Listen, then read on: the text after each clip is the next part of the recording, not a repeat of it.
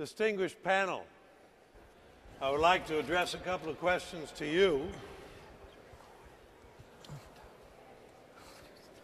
No. Dear guests, if our conversations could be drawn to a close, our panelists are back assembled here, and they've been listening to you. I've been listening. You've been speaking. What are some of the things that emerged in your thinking, either as you listened there, or as you're listening tonight, or as you're listening within yourself? What's emerging tonight? I can start with 3 things that I heard. Number 1, I heard people expressing real appreciation to you, Steve, for creating this context in which people could look each other in the face and not just look at the speakers. And as one woman put it, when I look at the people around me and I hear them speak in this small group, I'm no longer so scared of revolution. I'm no longer so fearful because I see in the humanity of the others here. Yeah, it's really powerful. Yeah. That's really powerful. Thank you. Number 2, I heard people saying, it's really important for us to know what is the next step and is there an organizational frame for that?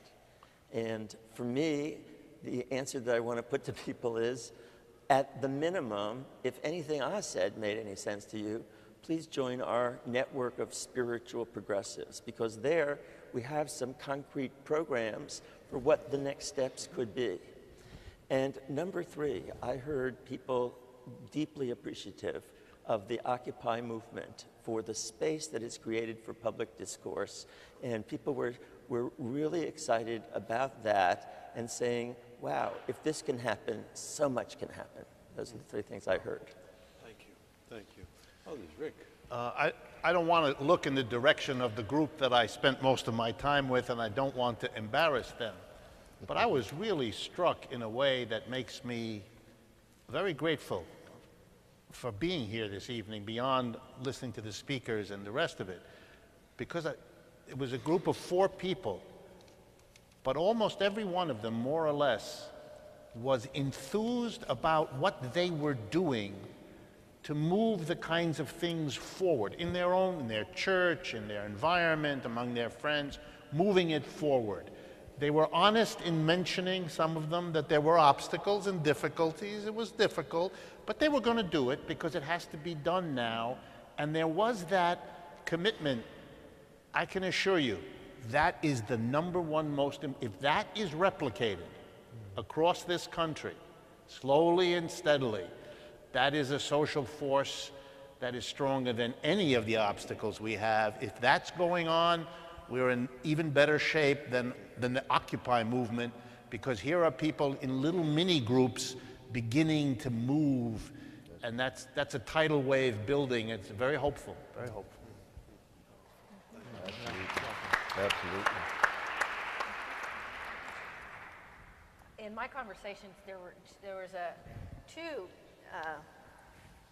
insights that sat right there next to each other, and the first was this wonderful woman describing a story that's also very close to my own heart, and that is the story of her Cherokee ancestors having the land ripped out from under them and sent on the Trail of Tears and ending up in Oklahoma. And just the reminder that in history, as a people, we can actually have things just simply stolen from us. And how hard it is for us to apply that to the present moment, but it's being stolen from us. So that whole notion that we've gotten sort of numb to, that things that belong to all of us are being taken. Right next to that was, so I asked her, what would you say to occupier, a young occupier right now? And she thought and she thought, and she said, you ain't seen nothing yet.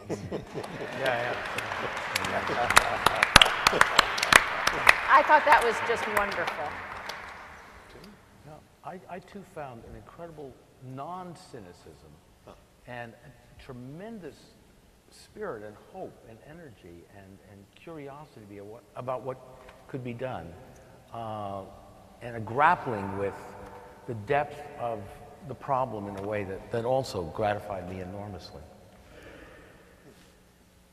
Yeah, I think for me, the dominant spirit is that it's very clear that the era of neoliberal rule and the Washington consensus around the globe is coming to an end, that its moral bankruptcy and its spiritual emptiness is becoming more and more an established fact of history. In our wonderful group, we had a lovely, brilliant sister who left the corporate world because they wanted her to do something immoral. And she wanted to take a stand in regard to her own individual integrity. She said, I refuse to do it. And then became part of a movement of stop and frisk in New York. She's a student at Baruch. And we talked about, of course, the stop and frisk movement. We got, again, Brother Carl Dix, who was one of the magnificent leaders of that movement, went to jail. We appreciate the work that he's done. We had another magnificent brother who was actually very progressive and deeply concerned about the issues we were talking about. He comes out of the Navy, and out of that context has moved into this space in which he is concerned about fighting for justice. And then I also was blessed to have a number of revolutionary communists in my group. I was blessed to be part of the group with revolutionary communists. And we had almost a hegemonic status. It was almost like 3 or 4 out of 7. So we had a red tilt. It was a loving red tilt that we had. And they didn't speak out of one voice, though. They still had their own distinctive voices, but they proceeded on the notion that capitalism was immoral. They proceeded on the notion that revolution was necessary. And the question became, how does one move from step to step to step in that regard? So for me, just to be able to be part of this moral reformation and spiritual renaissance, as well as move toward the kind of political revolution that, from my point of view, of course, again, coming out of the legacy of Martin King and Fannie Lou Hamer and others, we really talk seriously about unaccountable oligarchs and unaccountable plutocrats, and talk seriously about ways in which we move step by step of democratizing our workplace, our economy, and still preserve those precious rights and liberties that ought to go hand in hand with any regime that's concerned about the dignity of ordinary people. And at the very end, there was a brother who told me, Brother West, you don't talk about globalization enough. And so just to mention, this is a global affair that we talk about.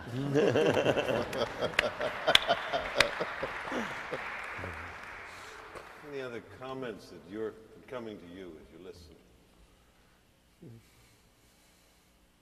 Did you have any comments, brother? I'm sure I have a question. I'm always interested in the next question. We're all involved in teaching. Spiritual communities, academic communities. Down through the ages, teaching has, on one end of a continuum, been a way by which society actually controls itself and makes sure that nothing changes. That's right. On the other hand, sometimes a teaching takes place that opens up a new possibility. It is sometimes through the genius of a teacher's intention. Sometimes an institution supports it in a more radical way. What might you share? You can all 5 jump in on it if you want, or one. When has teaching most contributed to revolution? Or what needs to happen to teaching to help it contribute to revolution? Mm-hmm. You know, there's a wonderful line in Brother Stephen Sondheim's second volume called Look, I Made a Hat. Look, I made a... Look, I Made a Hat. It's from Finishing the Hat of Sunday in the Park with George, 1984, classic that he put together. And he says teaching is a sacred profession. And I think part of what he was getting at there, which is useful for each and every one of us, is that teaching first begins by the example that the teacher sets. You know what I mean? It's the example that the teacher sets, to see somebody who are so possessed by a calling and a vocation that they're willing to be disciplined and achieve the highest level of excellence. And then to have that teacher at that level be humble enough to say, you know what, I want to share some of this with you before you die. That I'm going to take time enough to try to expose you and to believe enough in you to be part of what you see, which exemplifies the highest level of what the Greeks call arete, excellence, you see. And that process, to be part of that process at the Union Theological Seminary, Jewish Theological Seminary, at Columbia, at Baruch, at City College, or with our precious young ones in first grade, third grade, seventh grade. What struck me is a story some of you may have heard a couple of months ago in the basic economics class taught at Harvard University by a professor named Gregory Mankiw, former advisor to George Bush and the author of a major textbook in basic economics, was lecturing to his class of 200 or 300, if I recall, as he normally does. And then something extraordinary happened. I believe it was in October. 70 students got up and walked out, which hasn't happened at Harvard for a long time. And outside the classroom, they had prepared themselves. The press happened to be there. And they explained to the press that they were now part of Occupy Harvard. And they did indeed, as some of you know, set up tents in the Harvard yard, the central part of the Harvard campus. And they explained that they could no longer sit by while a professor lectured about the economy in such a way that there was neither recognition, nor analysis, nor proposal for what to do with the crisis swirling in and around the American economy. The disconnect between the teacher and the reality they wanted to be taught about was intolerable. I thought that was the most hopeful sign for Harvard and for economics I could think of.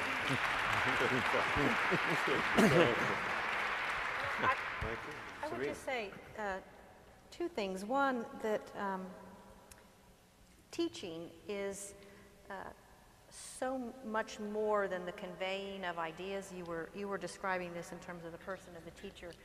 But I think attending to the cultivation of just daily practices and habits and ways of living together, those are the places in which imagination, takes on new form, and those are the spaces out of which agency comes and possibility springs. And that level of teaching is always has to be corporate. It's never one person doing it, but spaces teach. I also think, and this is directly to your point, that in different generations, the relationship between teachers and students has different dynamic tying it together. And we're at a point in which the fracture between generations is so profound, that I often think that it's like talking, apples and oranges talking to each other and not communicating. And our students have so much to teach us. And teaching teachers to be taught, and teaching teachers to realize they're asleep and wake up is in and of itself a teaching challenge. Right. It goes both ways. We need to learn from our students, and we have to have the moral convictions of our excellence and of our scholarship, and to take the stand and to get out there, because they see that. They know we're just talking and not really walking the walk, and we need to do that as public intellectuals. Yeah.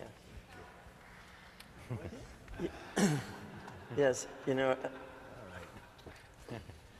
well, I was a college professor for a while until I was indicted by the federal government and was one of the Seattle Seven and for organizing anti-war demonstrations. And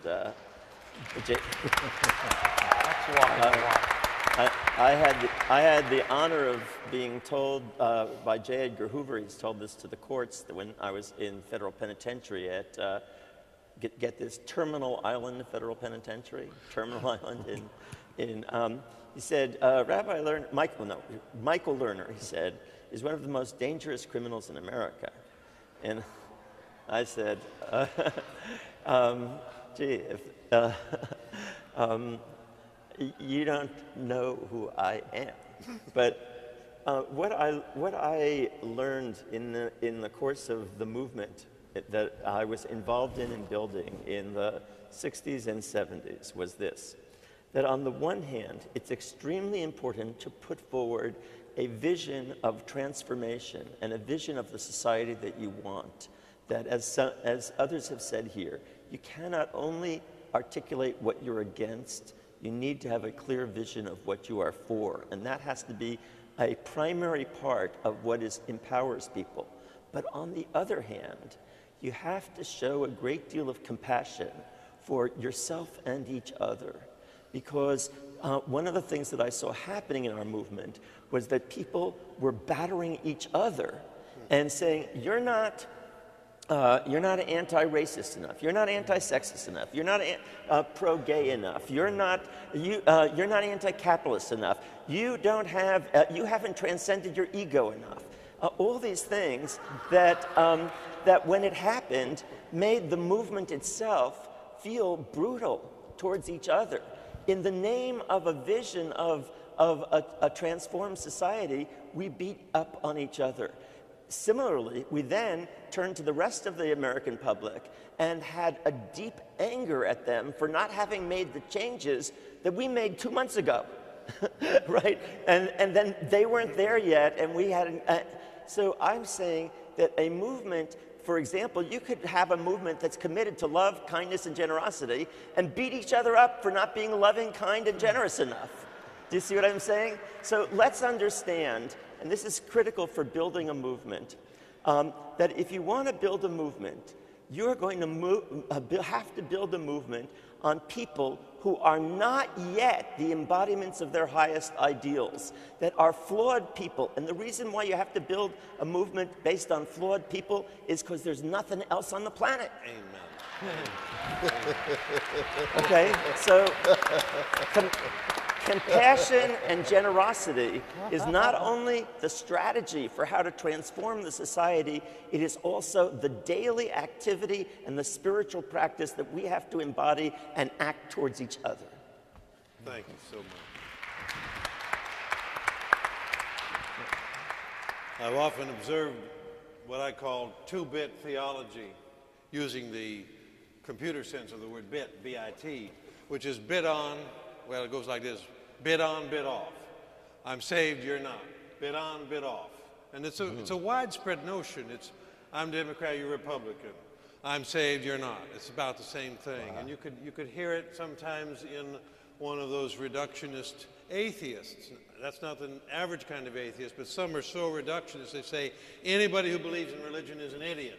And those who use reason, they're bit on.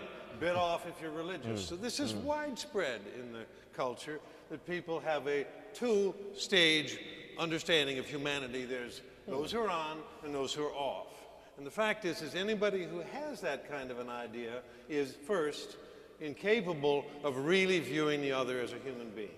They're really not human if they're not on, because they're off.